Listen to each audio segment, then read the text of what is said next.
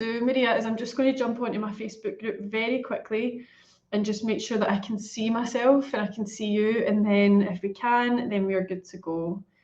I'm always worried that people can't actually see me and then I'm just talking into the ether. So let me just double check. Yep, we're there. So I don't know if you can see that, but there we are. Cool.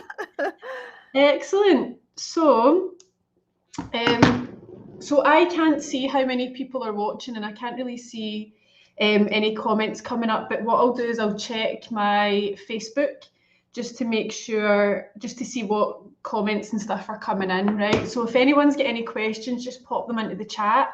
And we'll get to them towards the end. We'll keep about 10 minutes or so for questions and answers and things, right? Or your other option is just to reach out to either of us privately. We're going to be happy to help if you've got any questions about getting sober, staying sober, if you're just a bit curious about it, or you're worried about someone else in your family, one of your friends, or any of these things. So sobriety, and I know for you, Maria, that sobriety is something that's really important to me. It's something that's like, if I don't have my sobriety, I've got nothing else, because the minute I pick up a drink, everything else will go. So, and that's how strongly I feel about it. What about yourself, Maria? Is that kind of where you're at as well?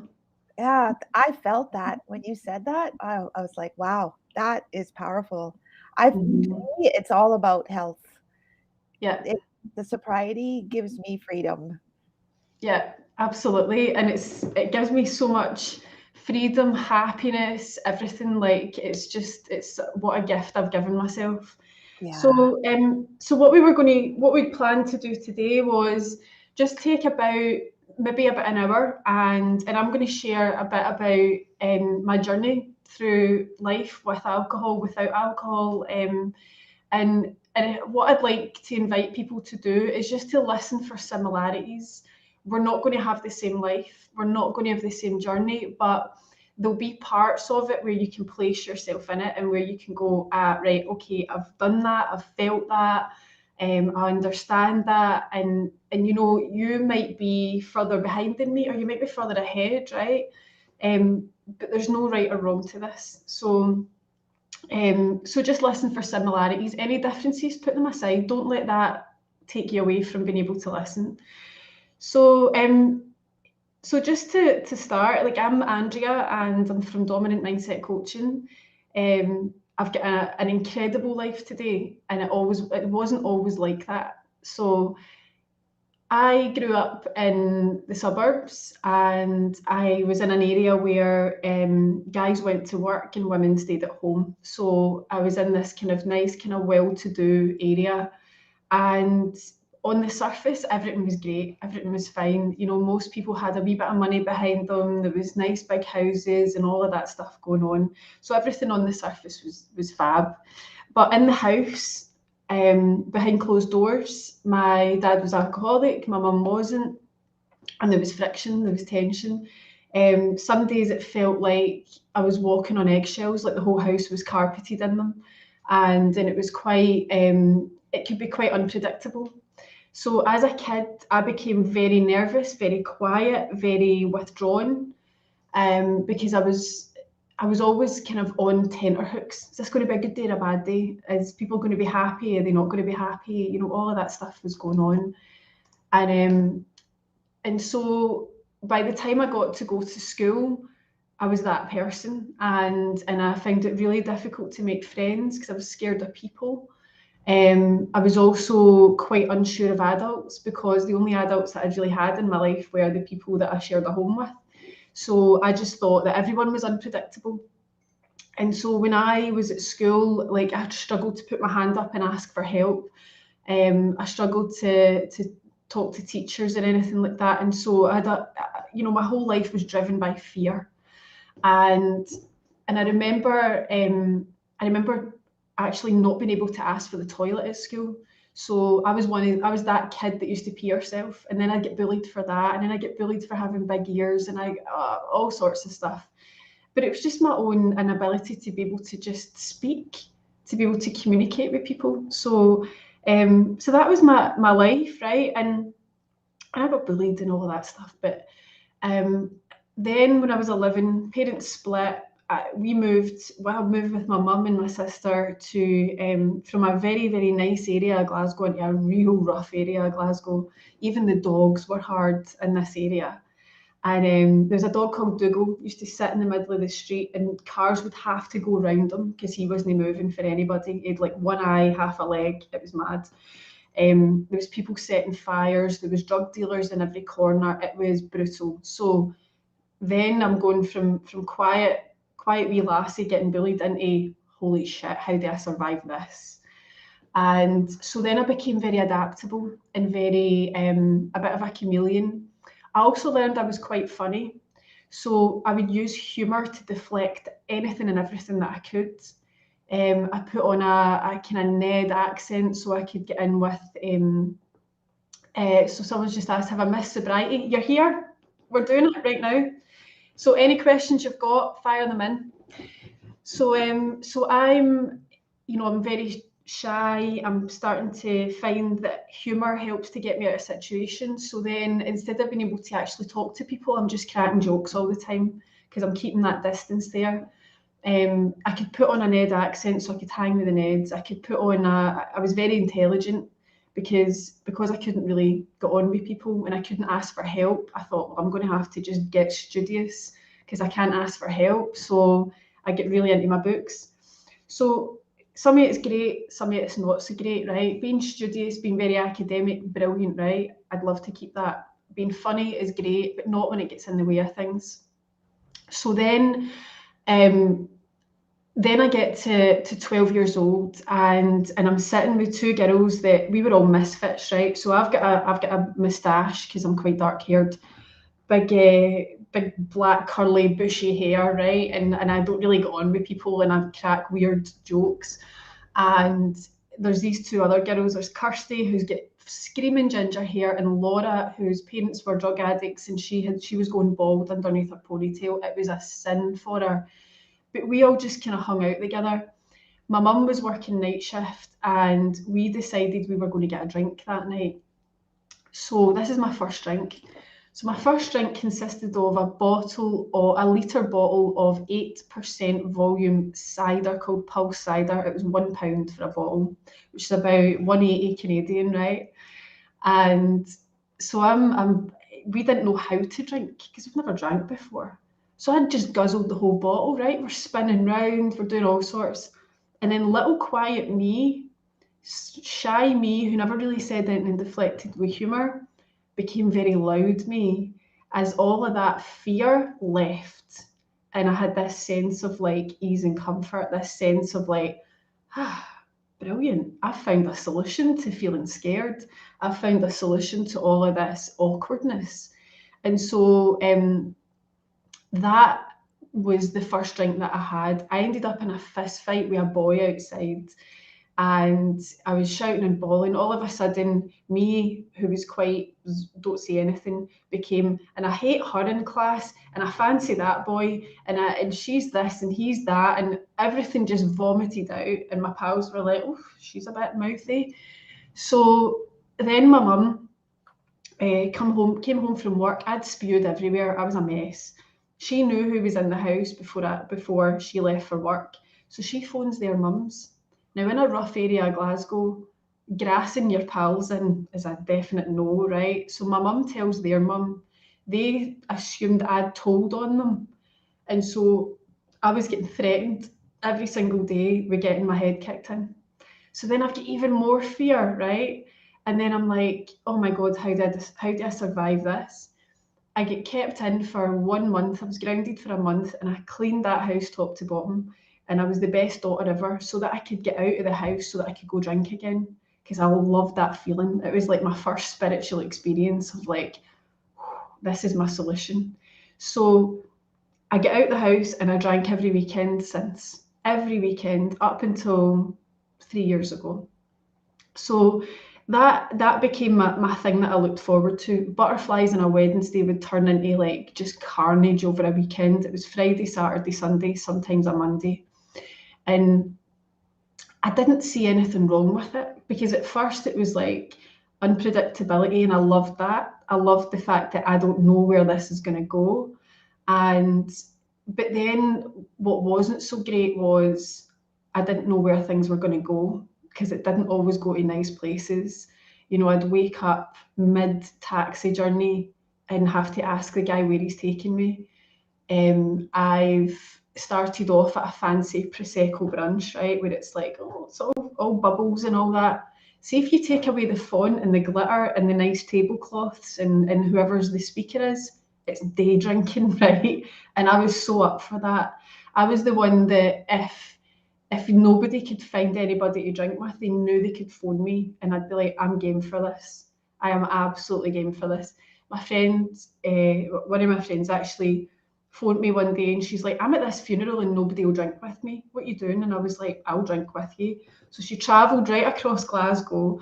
We ended up going down to Glasgow Green for one pint in the sun, right? One pint in the sun turned into an old man bar. So I had a blackout. Now, a blackout is when you're still fully functioning, by the way. Don't think that a blackout's falling asleep. I had a blackout where I came to during the night, right? So I've completely blacked out of whatever was going on round about me, but I'm still walking, talking, acting, all of that stuff, but I just don't know what I'm doing. So I came out of a blackout and I'm in an old man's bar, and there's an old woman talking to me about the bingo, right? And I should come back on Wednesday night, and I'm like, I fucking don't even know what's going on here.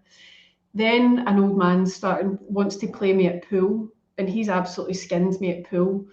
And then I go into another blackout. This is during the same night. Go into another blackout, come out of the blackout, and I'm in another pub with this old man and my pal.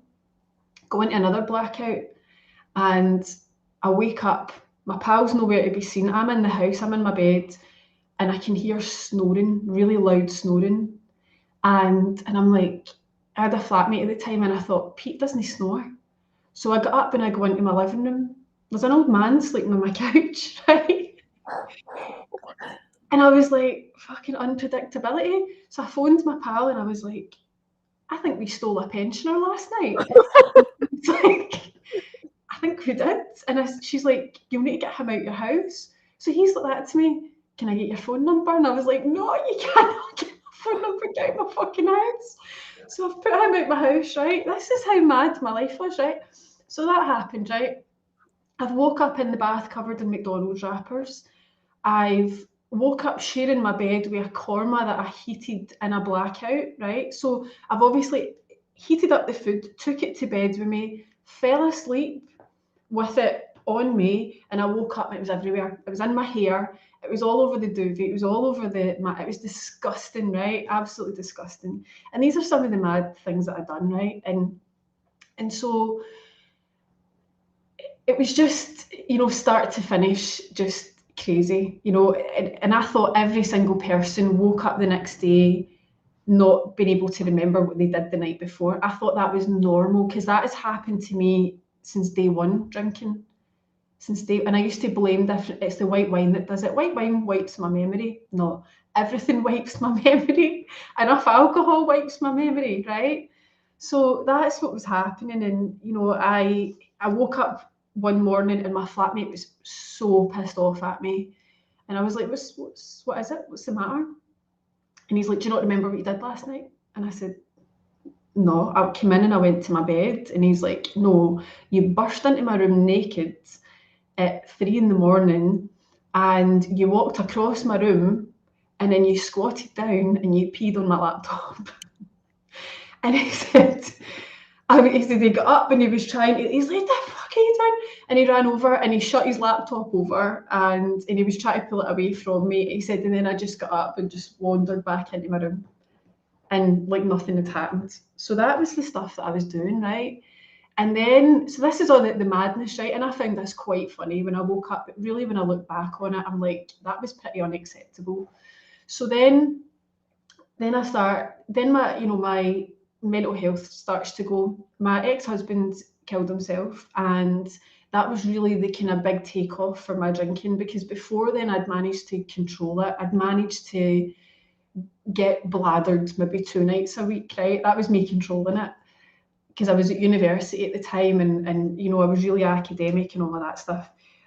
But my ex killing himself was a massive turning point for me, because I started failing exams, but I still couldn't put my hand up to ask for help, because I still had that fear in me. So when I started failing exams, I didn't know how to say, I need help here, I need assistance, I need something. I wasn't dealing with the grief, because I couldn't let that out. At that point, I don't think I'd cried in 11 years, because I'd shut myself off emotionally. I was always here for the party, and I deflect with humour. That's what I did. So I wasn't dealing with it at all. And I'd been to the doctors, and the doctor said, you just need to get busy. I'd been to another doctor, and she said, here's some antihistamines, that will get you a good sleep at night. I'd been to another doctor, have some antidepressants. I took the antidepressants, and they gave me the same feeling as ecstasy gave me. And guess what that did? It made me want to drink more, because I'm like, I feel like partying. I'm in a good mood now, and I want to go out. So the antidepressants weren't the answer for me either. So I'm like, I went to 3 different therapists, and they all were like, I don't really know what to do with you. You're quite headstrong. And I thought, am I that broken that a therapist can't help me? Am I that fucked, right? So that started to really play in my mind, and I thought, this is it for me. I failed my exams, I'm going to be stupid forever. I dropped out of uni, I gave up on myself, I gave up on my life, I gave up on everything. I was starting to push all of my friends away. I'd bought my house, and I redecorated my house about fuck knows how many times, thinking that was going to fix me. But actually, it was the loneliest house in the world, because nobody was coming to visit. And anytime they were, it was, I want to drink, I want to do other substances, and we'll shut the curtains and we'll kid on, it's still dark outside. Like, that was my life, really. I was throwing parties downstairs in my basement. I was a dominatrix for 12 years. That's a whole other show to do, right? But and I don't want it to take away from this, but I was throwing parties downstairs in my workspace, and I was just sitting there, not really talking to anybody.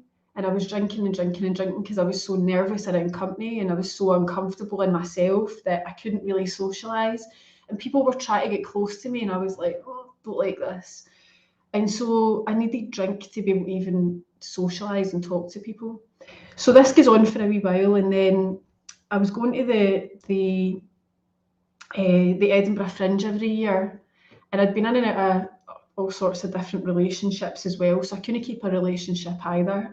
I was more of a hostage taker than a girlfriend, right? I'd be like, you'll be the one to fix me, and it never was. But so anyway, so I'm in this relationship, things are going pretty well. We've had a few big blazing rows because of my drinking, because, not that he was trying to stop me drinking, but like, I was doing things in blackouts, like shouting and bawling at him. I threw a plate off a wall one night. I threw shoes out of a taxi because I was raging because he'd stopped the taxi at the bottom of the street. Really, just really unreasonable behaviour. Like, it's a wonder that he even stayed that long. And that's something that I've made amends with. But anyway, so all of that's happening. I'm at the Edinburgh Fringe with him, and I'm just like, I can't keep going like this, and I can't live sober. Like, I can't socialise sober and enjoy anything like this sober, but drink's not making me feel good anymore. It's no longer my solution. It's no longer taking away the fear. It's causing more fear. Because I don't know what I did last night, who I spoke to, where I ended up, any of these things. And so what I did that day was, I started to really spiral downwards. Like, I can remember it really clearly. I was going to a comedy show, I was laughing my head off, and then I was crying all the way to the next one with big giant sunglasses on and a pint in my hand. And I remember walking along this wee street, and there was a bridge, and there was a bus coming by, and I thought, I wonder what would hurt less, if I went in front of that bus or over that bridge. And it was a real clear thought, and I thought, I'm going to do something really fucking stupid here if I don't sort this out, because I don't want to die, but I don't want to live like this. I've not done enough with my life. I've not achieved what I wanted to achieve. And so I then got home that night, and I was like, that was a close call. So what I did was, I phoned a friend, and because I knew that I couldn't do it myself, I phoned my friend, and my friend was like, come to a meeting with me. So I went to a recovery meeting, and that was the start of like this whole journey for me when it comes to like self-discovery and personal development. So I went to this meeting, I had my head down, I didn't want anybody to talk to me or notice me or anything. I had my zip up, and I was just like, I felt horrible, I felt awkward, I felt like I didn't deserve to be there. I sat down with a cup of tea. My pal said, listen for the similarities, ignore the differences, take what you need and leave the rest. So I'm listening to this guy, and immediately I'm like, I've got nothing in common with this man. I mean, like, look at him, he's covered in tattoos, he's got big earrings in, that's not, what. But then when he started talking about his emotions when he drank, about that guilt, that shame, that remorse that he had every morning when he woke up after drinking, and then that getting right restless on the Wednesday, the Thursday before drinking, that, and almost getting a bit irritable and a bit discontent in yourself, then I resonated with that, and I thought, God, that's me. That's how I feel. And I listened even more, and by this point I'm like on the edge of my seat, and I can't get enough of this guy and what he's saying. And he talked about having not being able to just have one drink. I was never able to have just one drink. I needed to get steaming. I needed to be drunk. There was no other option, right? So that, and then when he talked about the hole in your soul, that there's something missing here. I tried to fill it with everything. I tried to fill it with boyfriends, friends, redecorating my house, food, training, overtraining, booze, others, everything. But it never ever worked, right? Because that hole was in here. It wasn't out here. And so I listened to all of that, and I thought, right, and he explained there's a solution to this, right? You need to start looking at yourself. You need to do the inner work. And that's what I started to do. And that's when I get into coaching, and I get into it more for myself than I did for anything else, because I was fully intent in still being a dominatrix. But the more I did, and the more I got to help people, I realised that actually this is what I need to do. This is what I need to give back. And if I can help one or two people to not feel the way that I did, or if they are feeling the way I did, to get themselves out of that and empower them to be able to turn their whole entire life around like I did, then that's worth it for me, right? 100%. My life today it's calm. I can put my head in the pillow and sleep at night. I'm going to go to Craig Charles Funk and Soul Night tonight, and I'm going to dance the whole night like I always do, and I'm going to do it completely sober, because I love it, right? I can go to parties. I'm going to a wedding soon, and I'm going to be dancing there. Things that I never thought I'd ever be able to do sober. It just wasn't possible for me, but now it is, because I've done the work. And the work that I've done has taken years, absolute years. But what I've managed to do is take all the mistakes that I made out, take the bits that I know work, and condense them into a coaching program, so that it doesn't take people years to be able to do this, right? I can do it in 12 weeks now with people, which is just insane. So, my life today, I've got enough. I've got everything that I want. I don't need to go and decorate my house. My house is fine, because I'm fine. I've got a new partner in my life who is just incredible, and he's here and I'm there, and we're in this because we want to be there, not because I'm codependent and I need somebody to fix me. I'm fine. I've gone into this with a happy heart and a happy mind, and everything is fine, and it's great. So my life, it's just an unmeasurable what giving up booze and actually looking at myself has done for me. So that's kind of it in a nutshell for me. And I know that I've gone over a wee bit, but I'm just really glad to be here, and so grateful to be sober. So Maria, it's over to you. Thank you so much. I always feel so inspired by you, and I'm so grateful to share this special day with you. You too. Yeah. So yeah. So a couple of weeks ago, or a week or so ago, we discovered that we share this birthday. and I'm hearing a little feedback. Is that me? Oh, maybe I will mute myself, right? Is that better now? Okay, great. Thank you. Yeah. So we discovered, and it was like, what, in 8 days you're going to celebrate your fifth birthday? And I was like, yeah.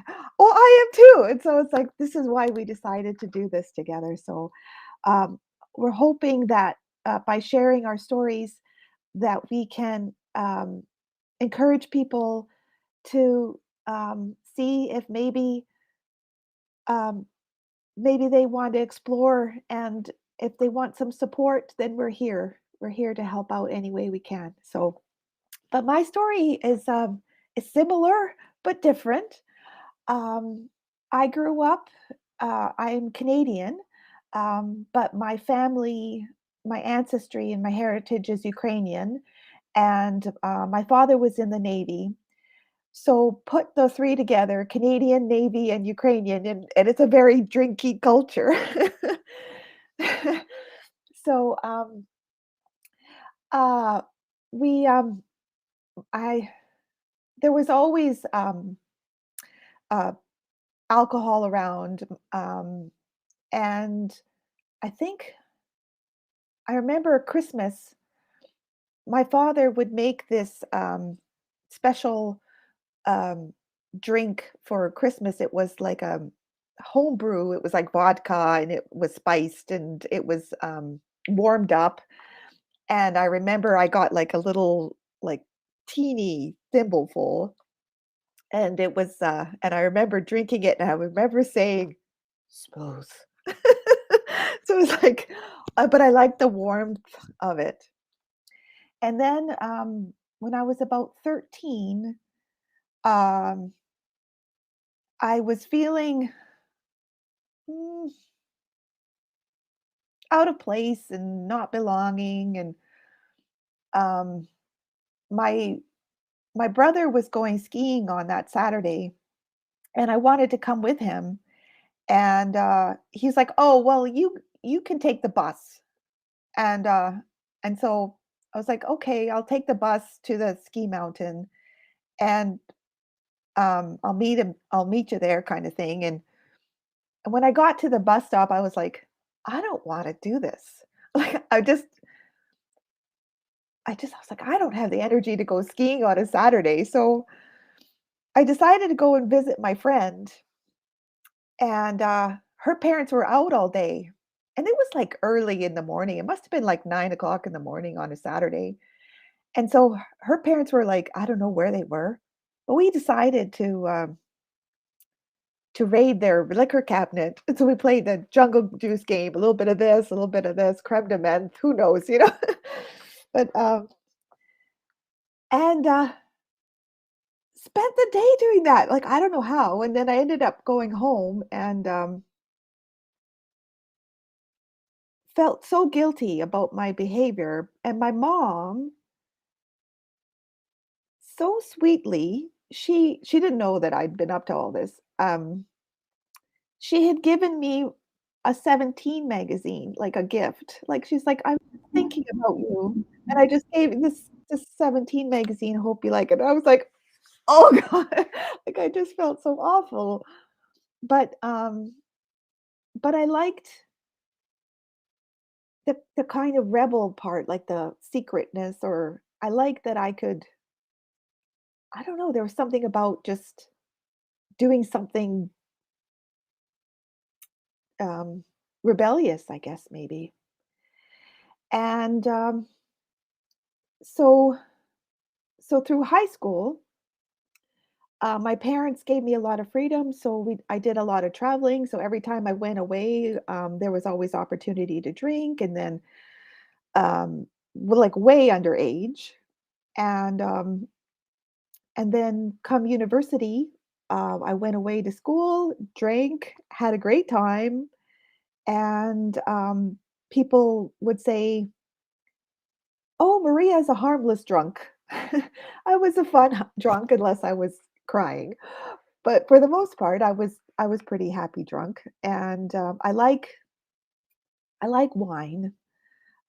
So for me, white wine was for weddings and it was for daytime and it was like uppity. And then red wine was for like rainy days, comfort, sadness was kind of so those that's how I would pick my wine.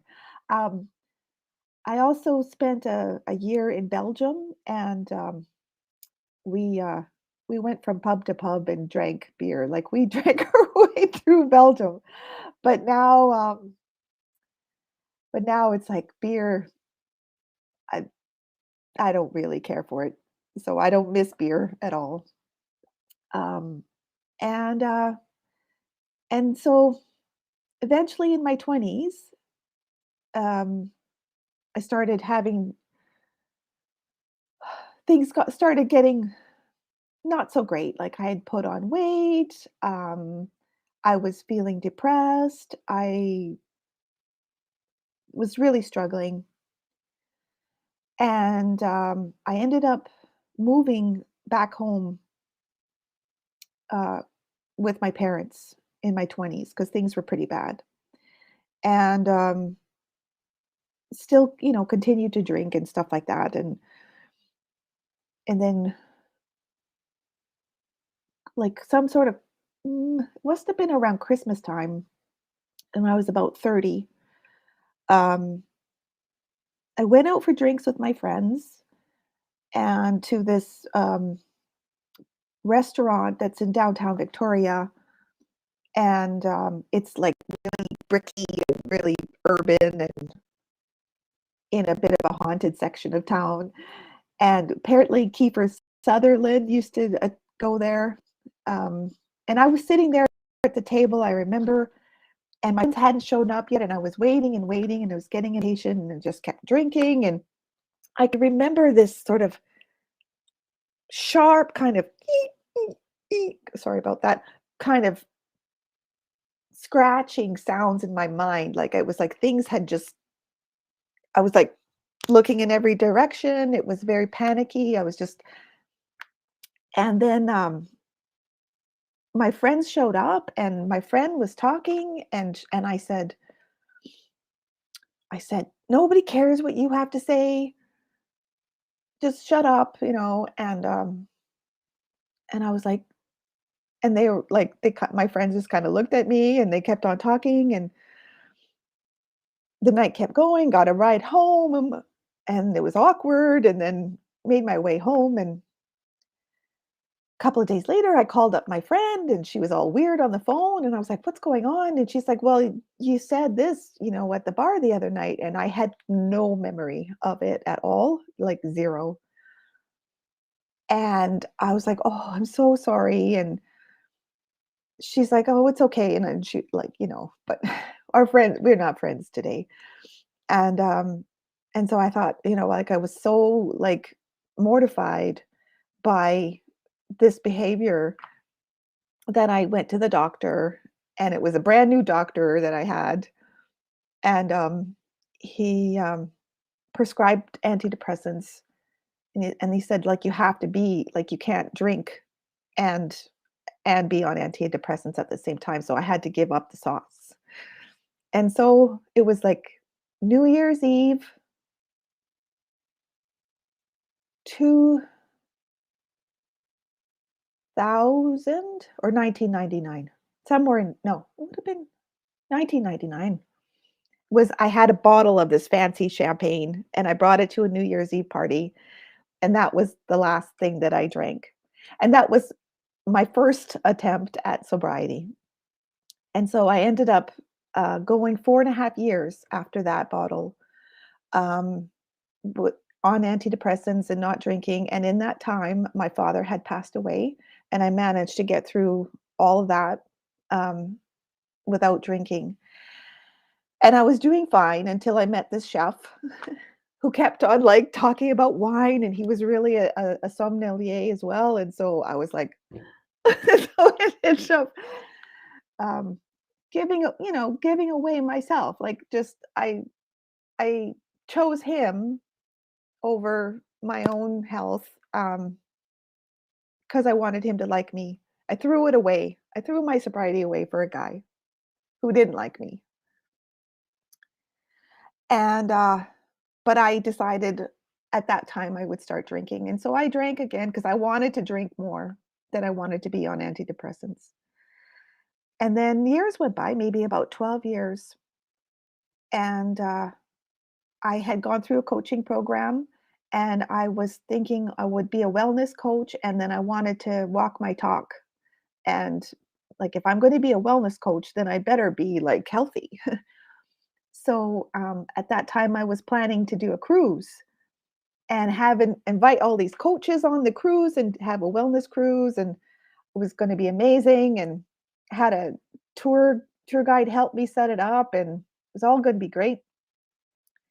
And then nobody signed up for my cruise, so it didn't happen. But a year ago, before the sailing, was when I decided, okay, like if I'm going to be doing this cruise, I'm going to be healthy. So I gave up drinking a second time. And then August 28th, a year later, I was like, I'm doing pretty good. Like, I don't have to drink again. So I just kept going. And it's been rocky. Like, it hasn't been easy, but 5 years down the line, I've traveled. I've and I went on a Camino in Spain, and I had an adventure of a lifetime. And then I came back home and I started writing. So now um, I am like finishing up my novel. I am ready to like just about ready to send it out to get an agent and a publisher. And life is great. I have taken all that stuff from my life and I'm now pouring it into my creativity and my and just up to big things. So it can be pretty cool, sobriety. So I'm excited about that. So thank you for listening, and I'm here if anybody wants to talk about take just a lot of thing about drinking is like you're suppressing your voice, literally. When you express yourself and share your story, it's so healing. So I invite anybody to talk to either of us about if you want to explore sobriety or just being healthier. um, there was a whole world waiting that's amazing. Thank you. Thank you for everything that you shared there. And one of the things that I really resonated with, that I really identified with, was when you said about throwing your sobriety away for a guy and making that more important than you, than your health. God, I made everything more important than me. And I did the exact same thing as you did. I was sober for, it was only 4 months, right? But I was determined, this is it, I can't do this anymore. And I started dating this guy, and he was a big, big drinker. And then I ended up drinking because he was drinking, because I felt like I wanted to connect with him, and I thought that was the only way to do it. And that started like a whole other thing, and that ended pretty spectacularly. Even, I don't know if you felt this, but even ending relationships was difficult for me because I thought that I had to hate the person in order to be able to end it. It wasn't enough for me just to feel like it wasn't right for me, because I didn't think that my needs and my wants were important enough to be considered. And so I let every single other person decide where my life was going.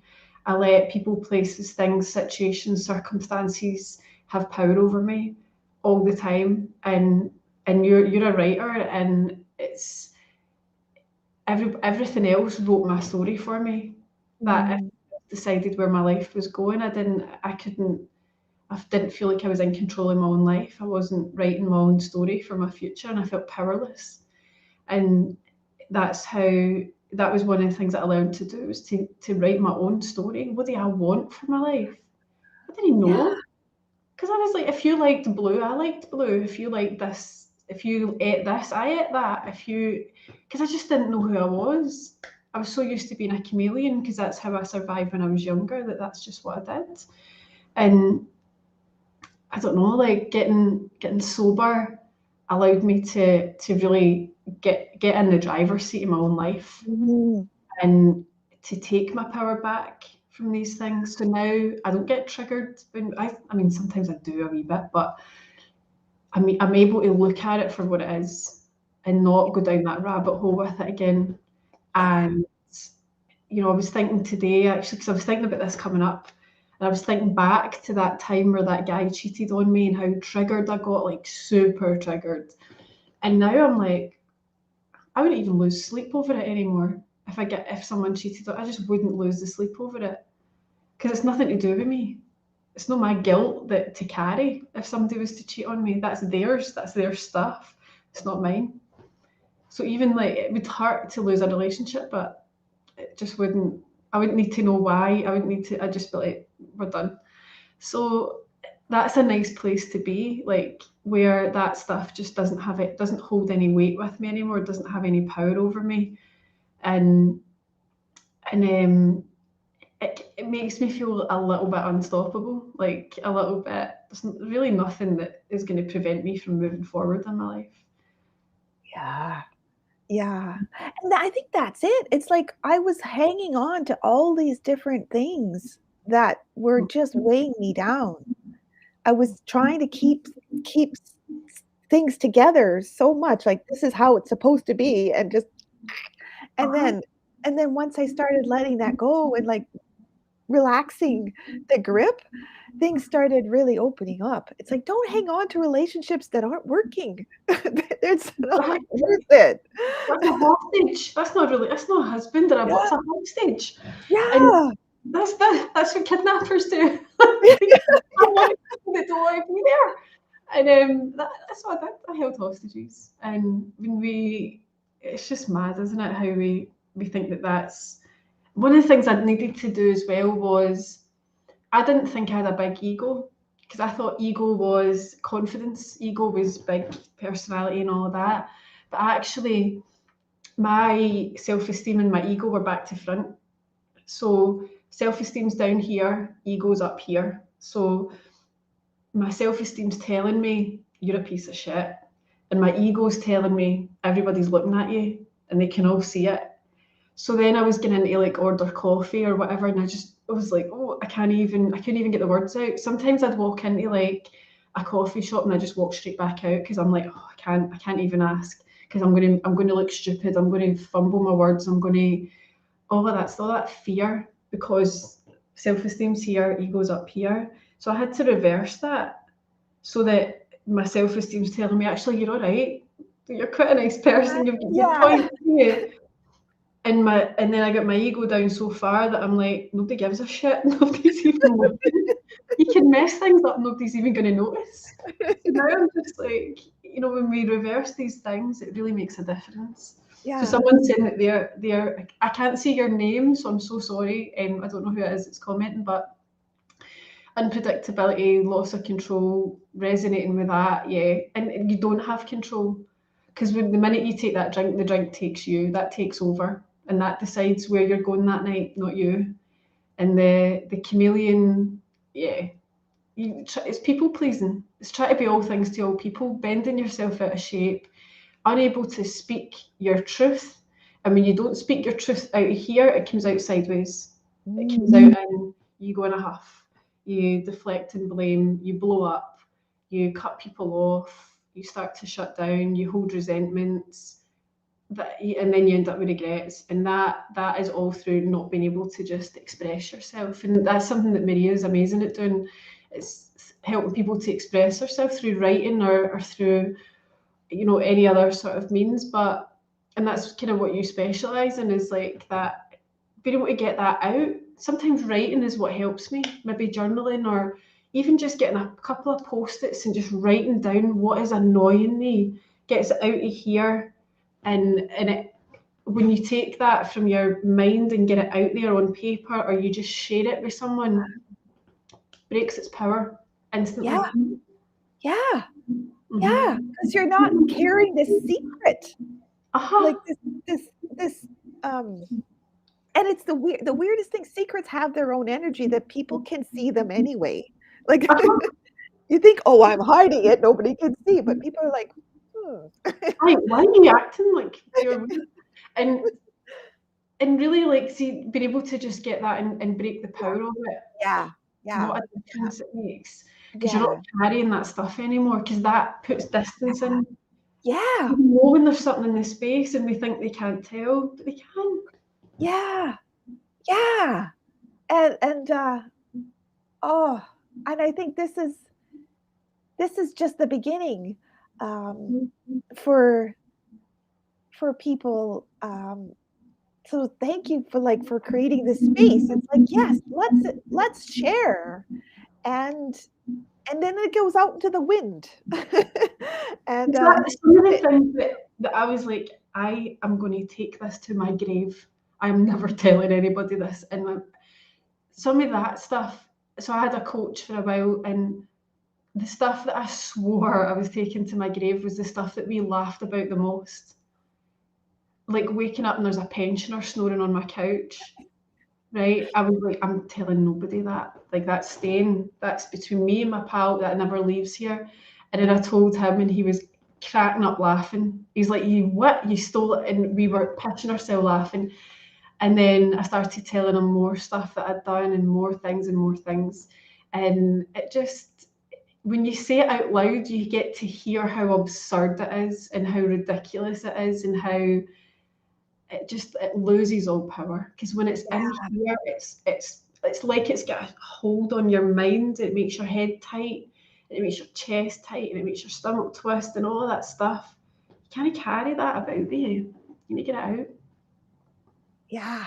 So now that you've let a lot of this go, what has that freed you up now? Like, oh, I mean, the future's clear now, and I've gone back and I've made amends with the people that I hurt over the years, the people that I'd said stuff to when I was drunk and then denied it or downplayed it, or people that I'd held resentments against. I went and I said, I took responsibility for my own life and my part in it. And taking responsibility doesn't mean blame or any of these things. It just means going, I've given myself the life I've got. So if I want to change that, then it's me that needs to go and do something about it. Whether they're in the wrong or I'm in the wrong doesn't matter. It's about, I did this and I just want to acknowledge that. Whether you hate me or not, or whatever happens, right? I want to go and just make amends for that. I mean, I broke up with a guy, right? And this wasn't my proudest moment, right? But this is one of the things I swore I was taking to my grave. I woke up, so I came in from a night out, and it was about 3 a.m. I was pissed, and I bagged all his stuff up in black bags, and I threw it out in piss and rain and sent him a text, come and get your shit. Because I'd made up in my mind that he'd cheated on me and he hadn't. And I went to sleep. This was in a blackout. Woke up the next day and I was like, oh, why is my phone buzzing? So I look and I'm like, oh my God. So he turned up, took all his stuff away, and like the look that he gave me was horrific. And that ended up with me being like almost kind of feeling like I can't hang about with all my friends anymore because I've done this thing to one of our friends, and like all that shame and that guilt that I carried. And now me and him are pals. Like, I've apologised for all of that and everything's fine.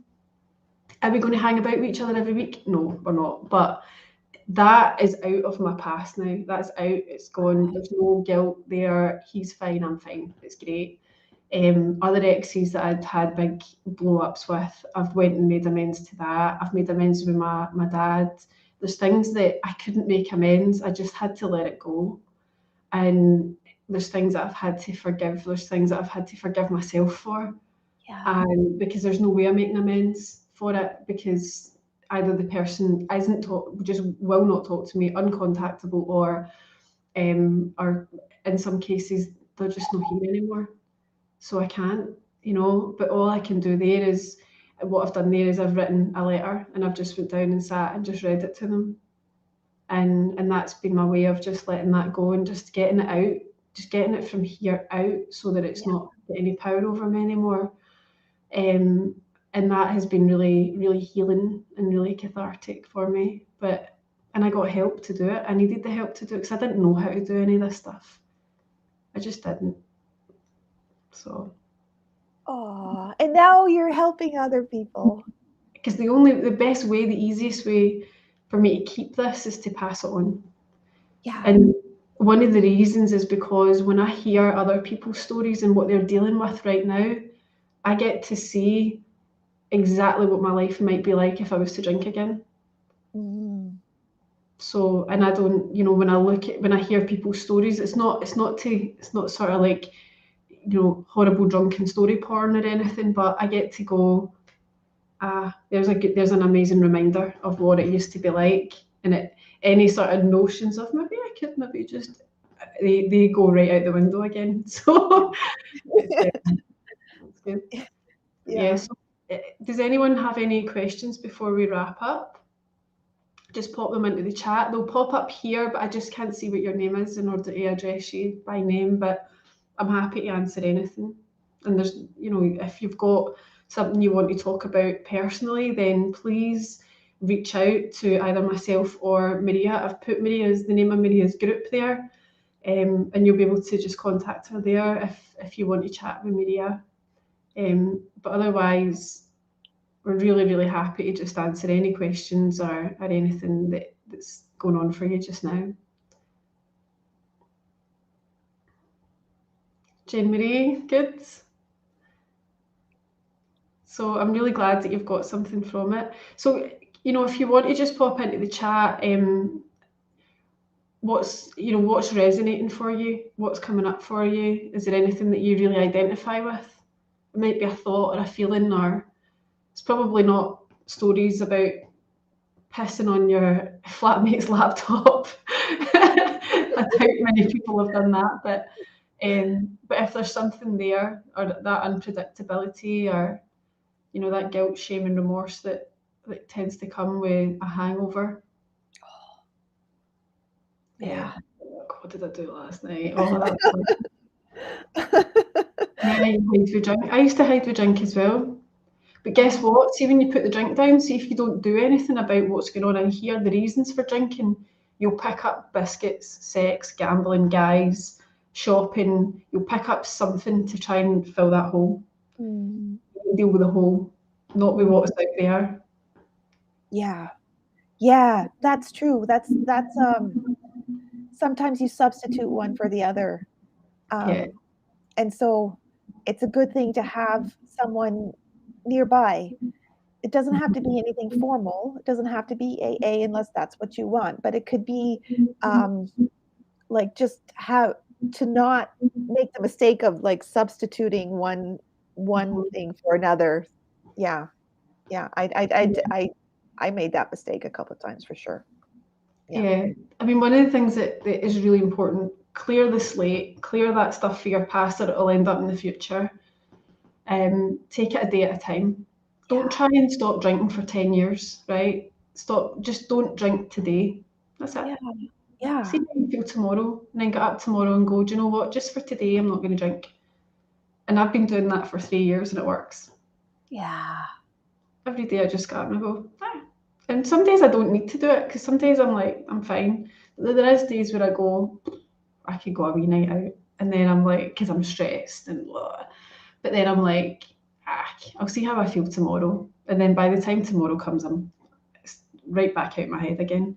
Yeah. But take it a day at a time. Share, even if it's just your washing machine's broke, share it with somebody.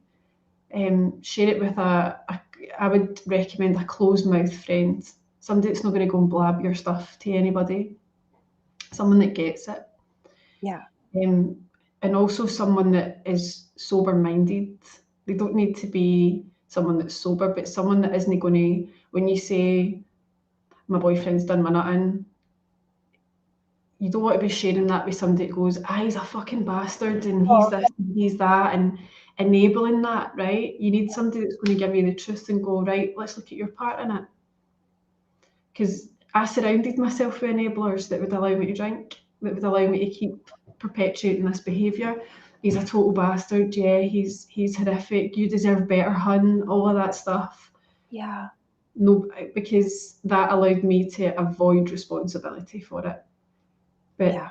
it was me that went out and looked for those kind of pals. So a closed mouth friend that will give you it straight and won't let you off the hook is really important. Yeah. Mhm. Oh, very, very, very. But just remember, you're not alone. You're not alone. You're not alone. And I couldn't find women that looked like me or sounded like me or that had these problems. And so it's been so that's why I decided to really speak out. I actually created a podcast called AFIT ages ago, and I took it down because my friend done it with me and she didn't want her story up anymore. But maybe that's something that I start up again. Do the AFIT podcast and start interviewing people again. But yeah, so we're going to wrap up now, and please reach out. Don't sit with us. Don't sit alone. Don't feel like you there's nobody to talk to. We're here, and I'll help anybody that's dealing with alcohol or addiction issues. It doesn't matter when it is or what you need help with. Just reach out. So Yeah. cool. Any closing comments, Maria?